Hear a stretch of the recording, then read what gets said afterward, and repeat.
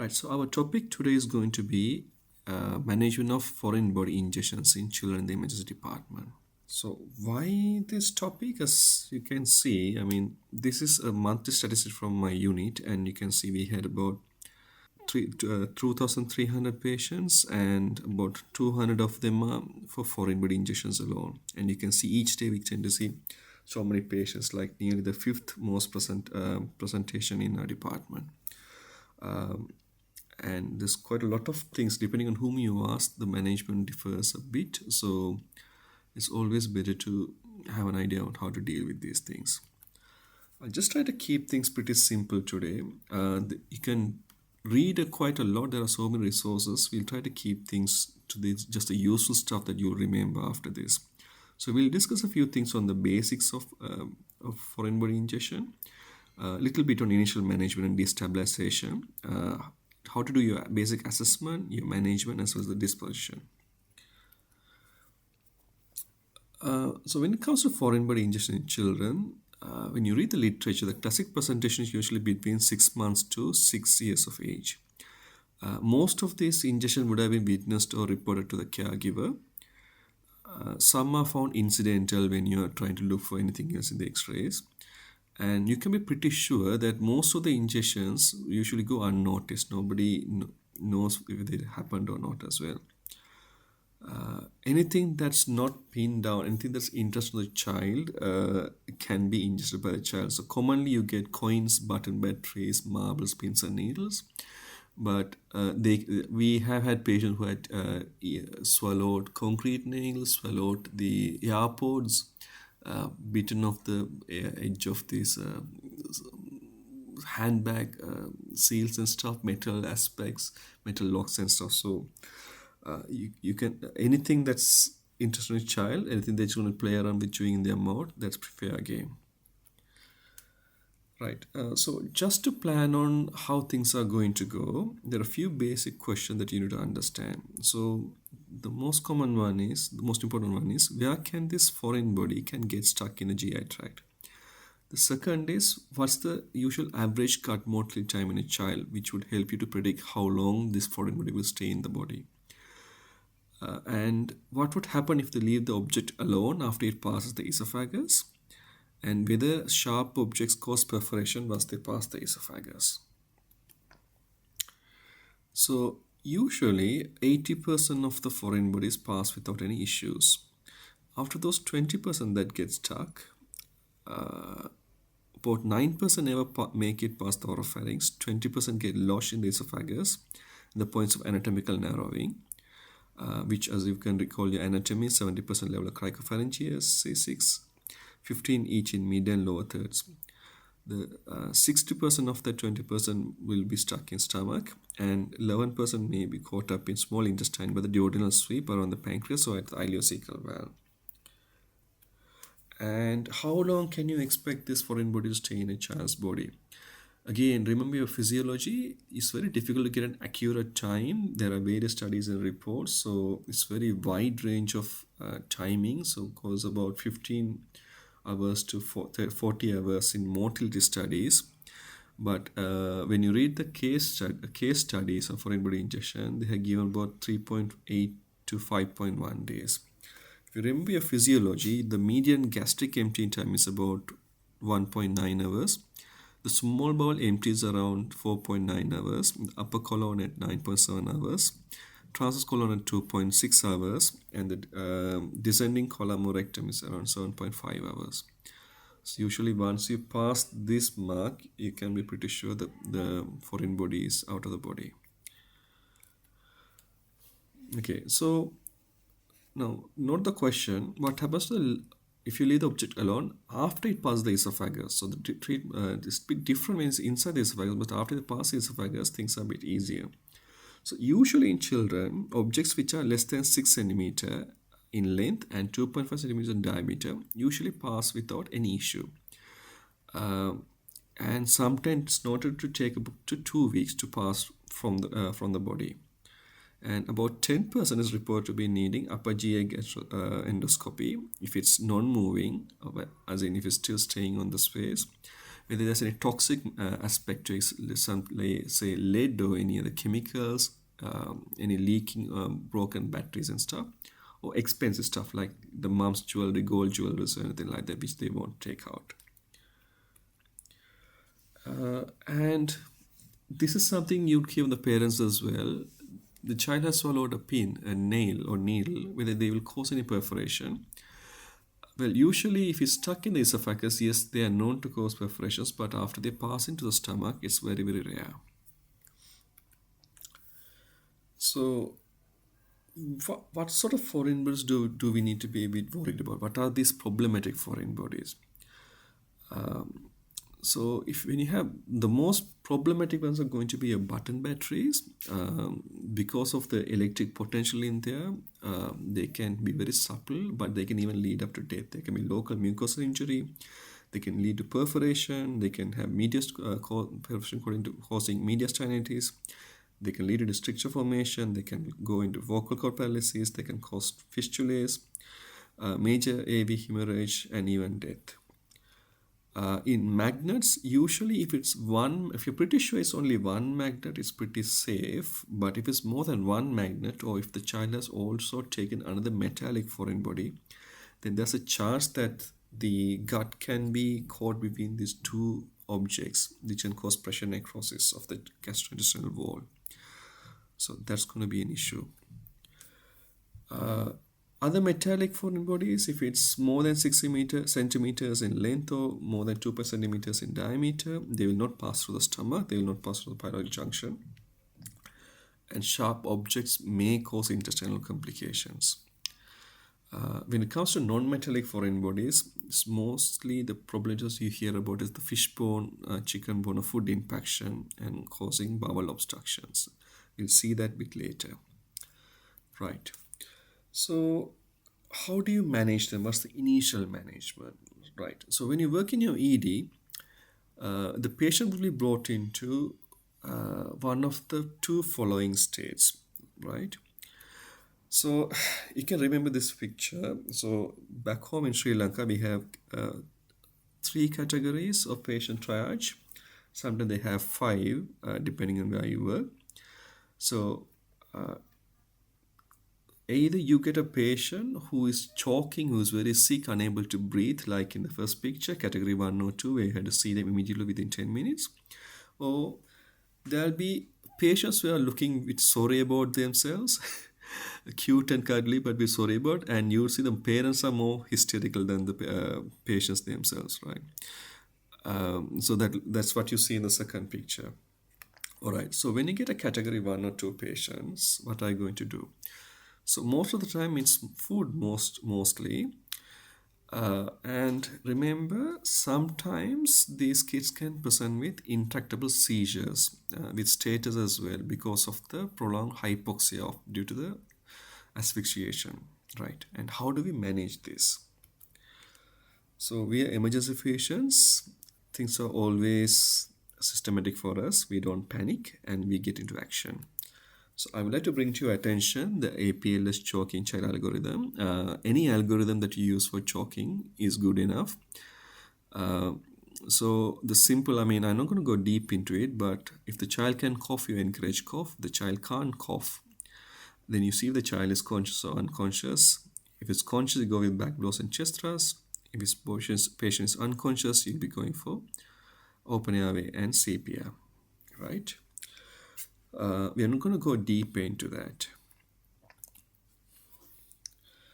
And if the airway compromise is not responding to your treatment, you should consider urgent intubation, especially when you're worried about hypoxia.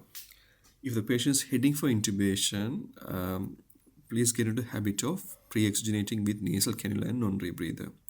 And avoid any non-invasive positive pressure ventilation in these children.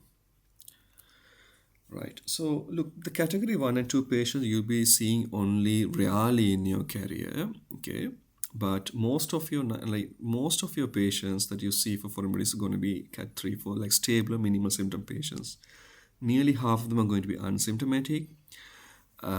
Some of them may have, especially children who can't explain this, so they may come with unexplained coughing. They may have a bit of choking episode, which is better now. could be drooling, or could be refusing to eat or have difficulty in swallowing. Saying that, please remember, like I mentioned earlier, button batteries be tricky. The clinical symptoms usually correlate poorly with the presence of a button battery. So if things don't really look well, it's very suspicious, please be, and if you think it's a button battery is involved, please be very, very suspicious on this. Okay.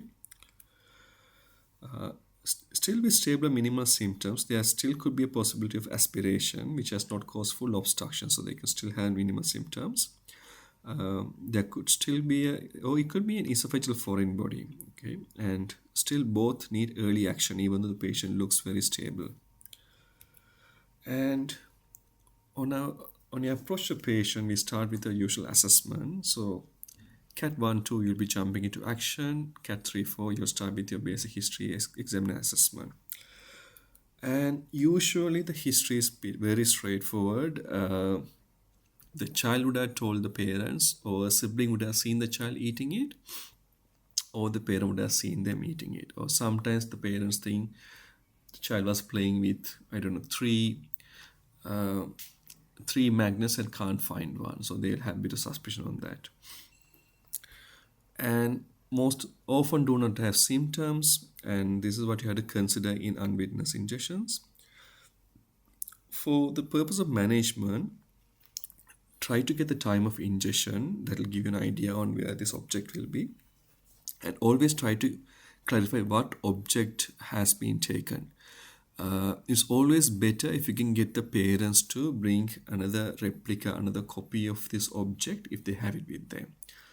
Usually if it's a toy, then they may have an exact toy like that. If it's a magnet or it's a plastic one, they can still bring the replica, an extra copy which they have at home.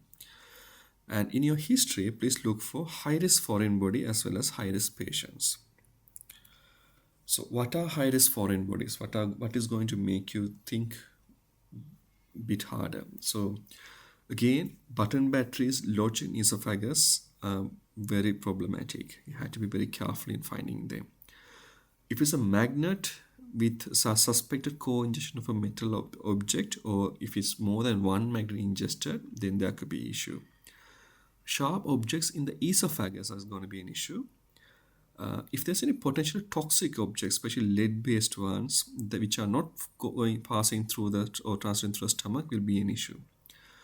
And like we told earlier, large objects more than 6 centimeter long or 2.5 centimeter diameter will be an issue.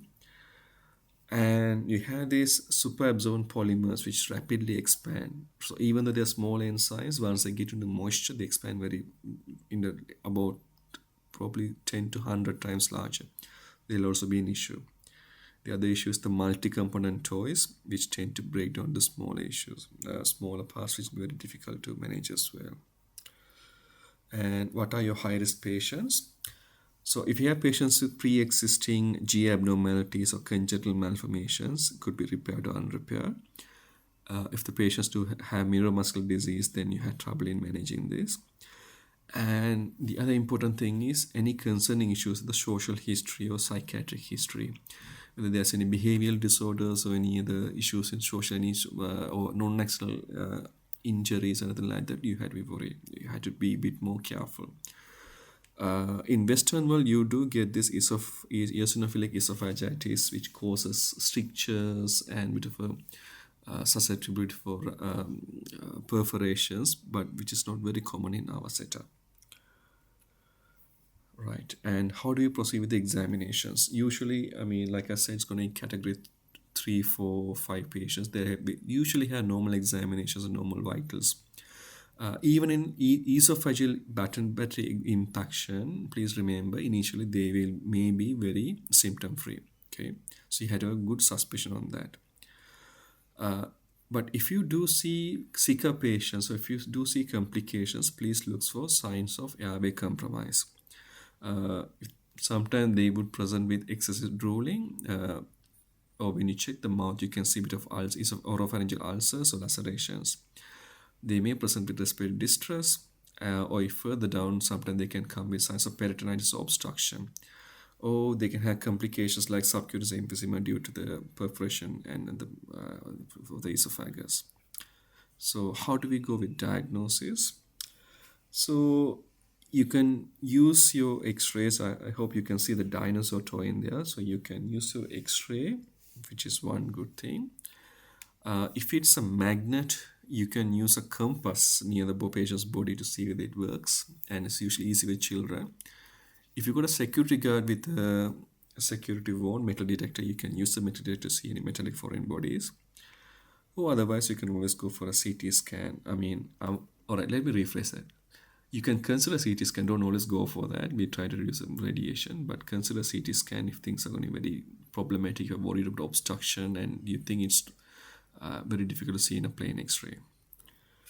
Do we need to do any bloods? Well, 99.9% of the time, you don't really need any bloods unless you're going to plan for any surgeries or pre-medical or anything like that. At odd times, sometimes you may have consideration for any toxicity. We had about two incidences where the button battery, ingest button battery has actually exploded inside the stomach once it came into contact with the stomach acid. So on those times, we're a bit worried about poisoning, but it's a bit unlikely. But usually you don't really need any bloods to be taken unless it's going to help with your surgery or endoscopy, anything like that. And when it comes to imaging, especially in children, please remember the ALARA pressure, that is as low as reasonably achievable. This is where you work with your friendly radiologist to, make sure the lowest dose possible to see the information you can get from. Usually, in my management, if I think an X-ray is not going to change anything, let's say the history is very clear, it's very low risk ingestion, parents are also very capable, and I know what that foreign body is, parents have a photo of that, the smaller one, then usually I don't really take an X-ray. And you also check whether it's radio opaque or not. So usually metal and glass is radio opaque, and if it's radio lucent, you have a bit of trouble in identifying it. One good thing you can do is when like I said, you always try to get a copy of that object from the parents or the bystanders, and when you take the X-rays, you can actually have it in the same X-ray, so you can sort of compare the that object, known object, to any suspected foreign body in there. And also, if you think there's any complications like peritonitis, bowel rupture, esophageal rupture also, then you can also get your imaging done there as well. Right, and when you consider imaging, again, remember ALARA as lowest reasonably achievable. If you're not going to do imaging, they have to meet all the criteria. If one is not met, you're probably better well off doing imaging. So your patient has to be asymptomatic. The clinical examination is normal, including your chest and abdomen. No known GI abnormalities in your patient. Sort of reassuring people observation. You keep them in the ED for a couple hours and see, how they're doing, how they're interacting, and it's reassuring. And the patient should be able to eat and drink, okay?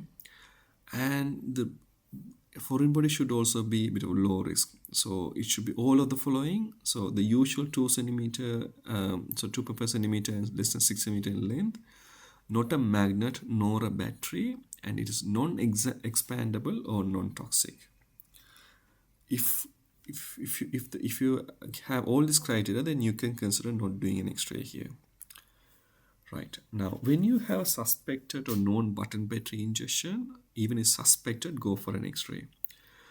If it's magnets or other high-risk radiopaque objects, go for an X-ray. If it's an unknown object, you don't know what it is, parents suspect something's wrong, go for it. And if you have a high-risk patient with all the what we discussed earlier, or an unwell child, again, go for an X-ray. How do you plan your X-rays? In smaller kids, a single X-ray should be able to include from your neck to the abdomen. It's more easier.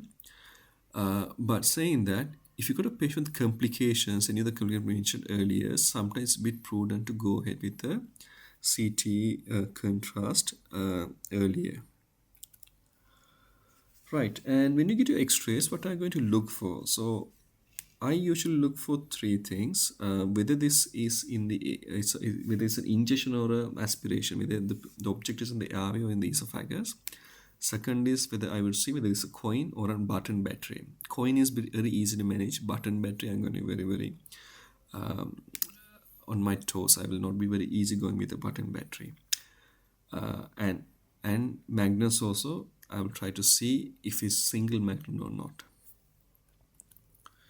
So how do you decide whether the coin is in an airway or esophagus?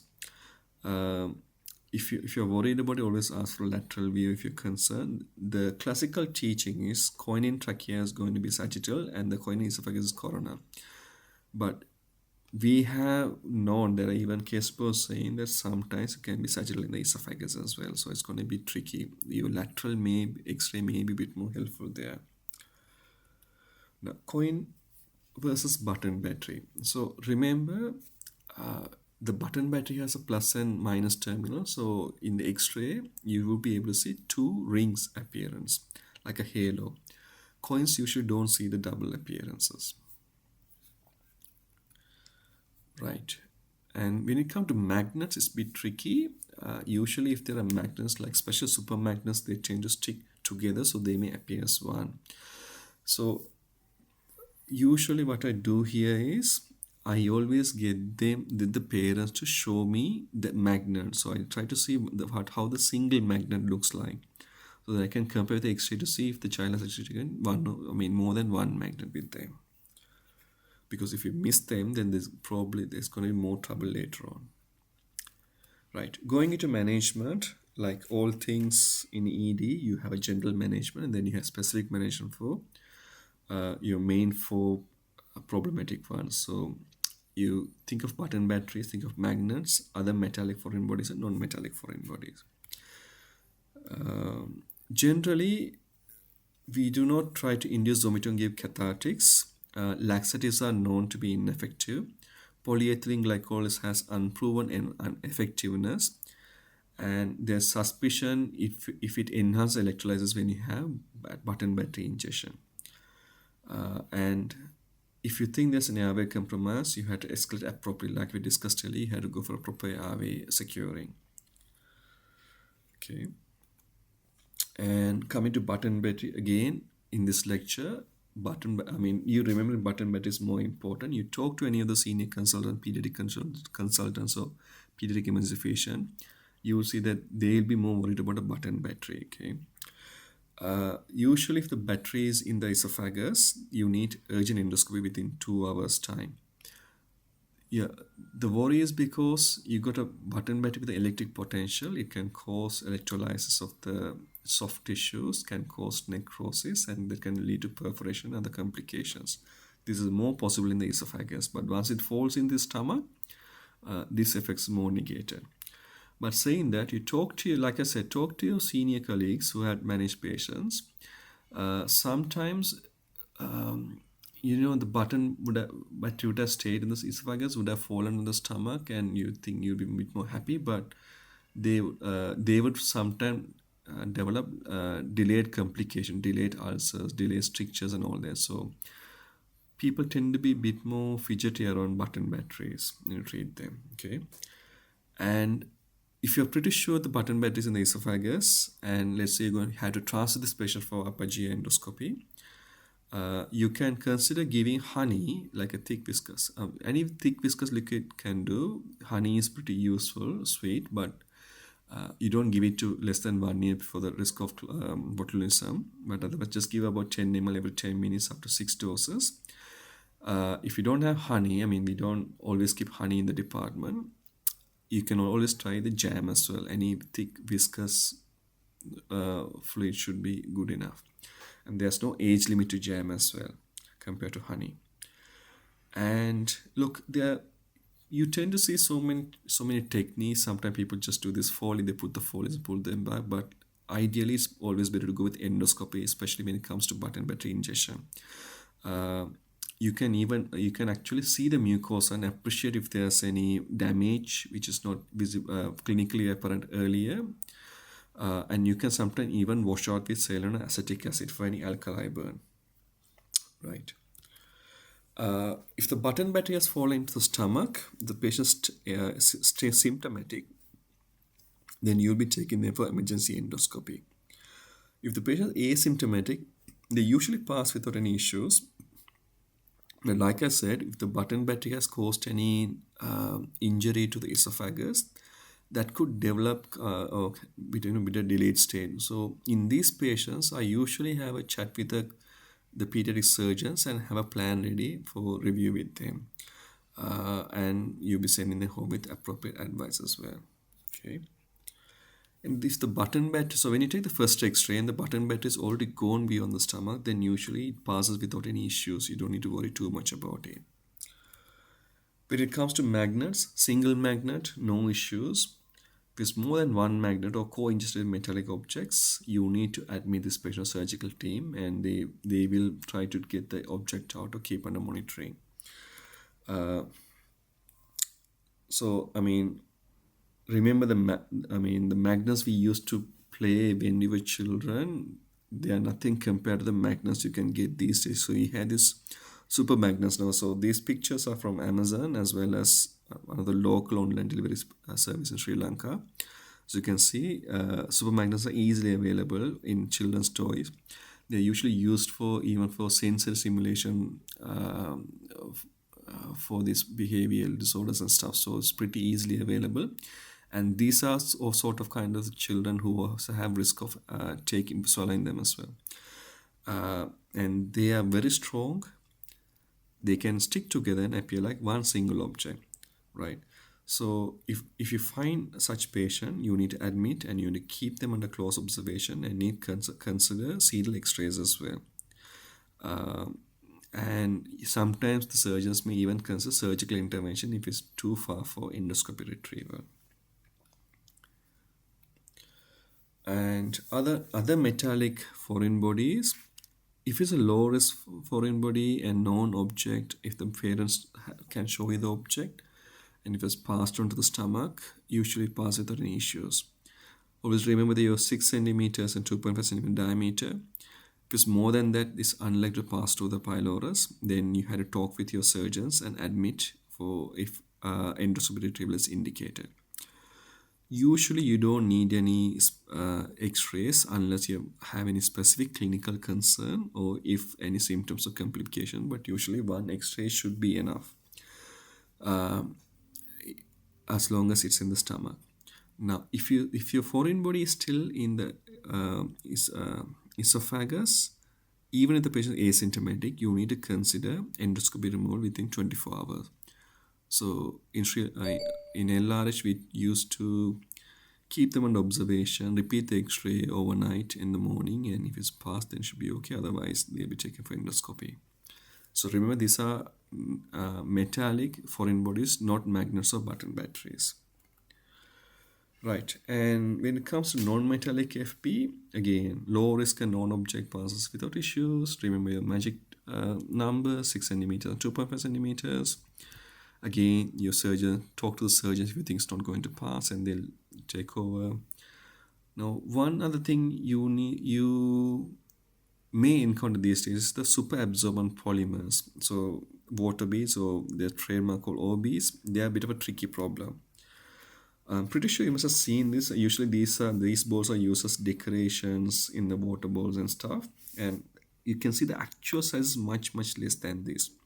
And here, this is the the description given on the sales website. You can see it's being sold for like a sensory tool. Okay, so children with sensory needs, children with autistic spectrum they promote this like a play thing.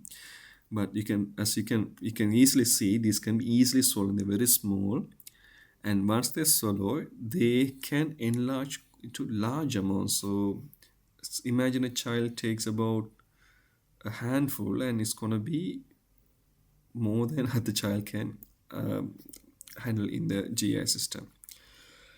Right, and they are radiolucent, so you took an x-ray, you won't really see them. They actually grow about 100 times the original size. They have been known to cause bowel obstructions, and unless anybody has seen the patient eat this, you'll have a dilemma on how to proceed further. So like I said, you really can't see anything on the x-rays easily here. Sometimes you can see pictures, evidence of bowel obstruction, but that's usually a bit late by then. The good thing is you can see them in ultrasound if it's possible here when they grow large enough. And this is how you see that when you do your endoscopy. So these are like impacted water beads. Right, and how do you manage them? You don't have much choice. Again, don't start your laxatives and whole body irrigation.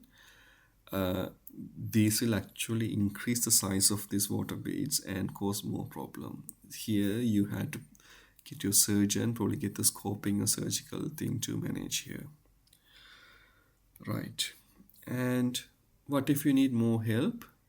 Always call your bosses in the department. Call the surgeons, call the pediatric surgeons, and you have poison hotlines. So I think you got one in Velo, one in Ames. You call the poison hotline, and they're usually happy to help. You can always look at your poison handbooks as well. Right, and at the end of it, as we do in all emergency department patients, you plan for disposition. So are we going to discharge them home? Are we going to transfer them for further care? Or are we going to admit them to the ward, theatre, or ICU? So discharging home. So remember what I said earlier, most of them are going to be asymptomatic. Most of them are going to be very low risk ingestions. The object may look very frightening. It can be a concrete nail. It can be a sewing needle. It can be a bit of odd looking metal part, but as long as it has passed the pylorus, the history is very reliable from the parents. It's observed and the parents are very reliable. The history is reliable. The foreign body is a low risk. Patient looks really well, is pain free, has no respiratory distress, and is able to eat and drink. And you think there's no social issues, no non-external injuries or any psychiatric issues and behavioral issues, then you can and you should also check whether these parents can come back to you very early as possible if there's any change in condition. And if you're satisfied with that, you can actually send them home. If you have any suspicion on any of these, you probably try to keep them in for a longer time.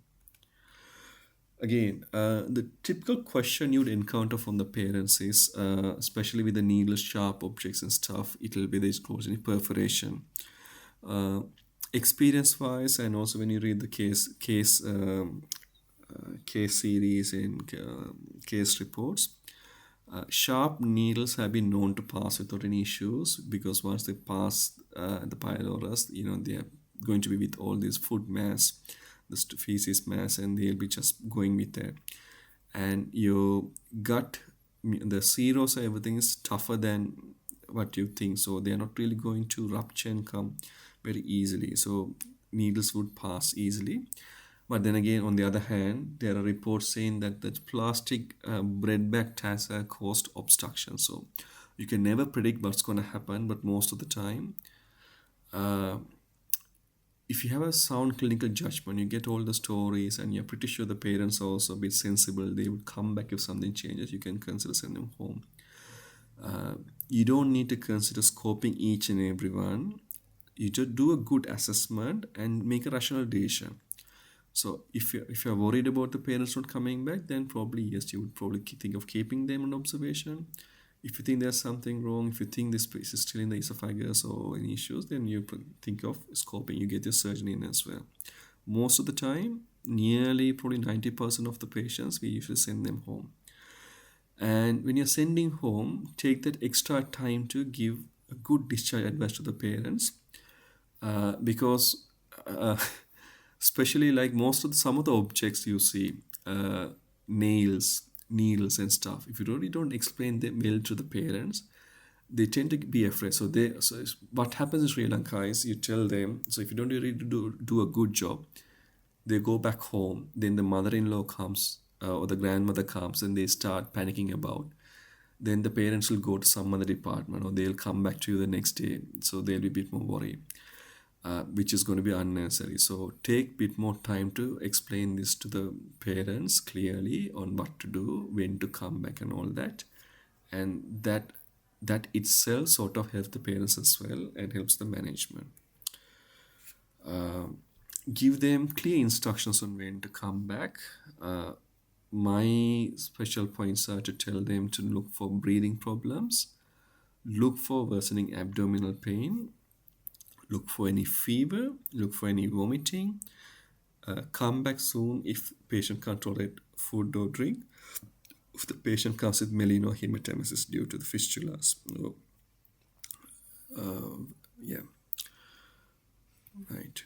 And when you're going to send patients home with button bed is when do you want to plan the repeat x-rays. It's going to be high risk patients, that is less than 6 years of age and the button battery is more than 15 millimeter. Plan to review the x-ray a bit earlier, so try to repeat it within 4 days time.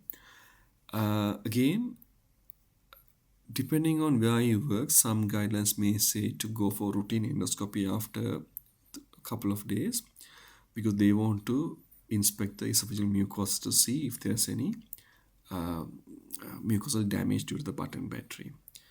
With the patient low risk, you don't need to worry too much. If the button battery has fallen on the stomach, go fast the pyloric sphincter, and otherwise low risk, you can actually send them home and repeat the x-ray in 10 to 14 days time just to make sure it's left the patient's body. If for other metallic foreign bodies, the first x-ray should be enough. Once it's past the pylorus, you don't need any repeat x-rays. Saying that, depending on where you work, sometimes the surgeons may want repeat x-rays, or sometimes the parents themselves may want to have something done. So you do get parents who would come back and ask, they want to see whether they're still there or not, because they didn't see the object pass in the stool. So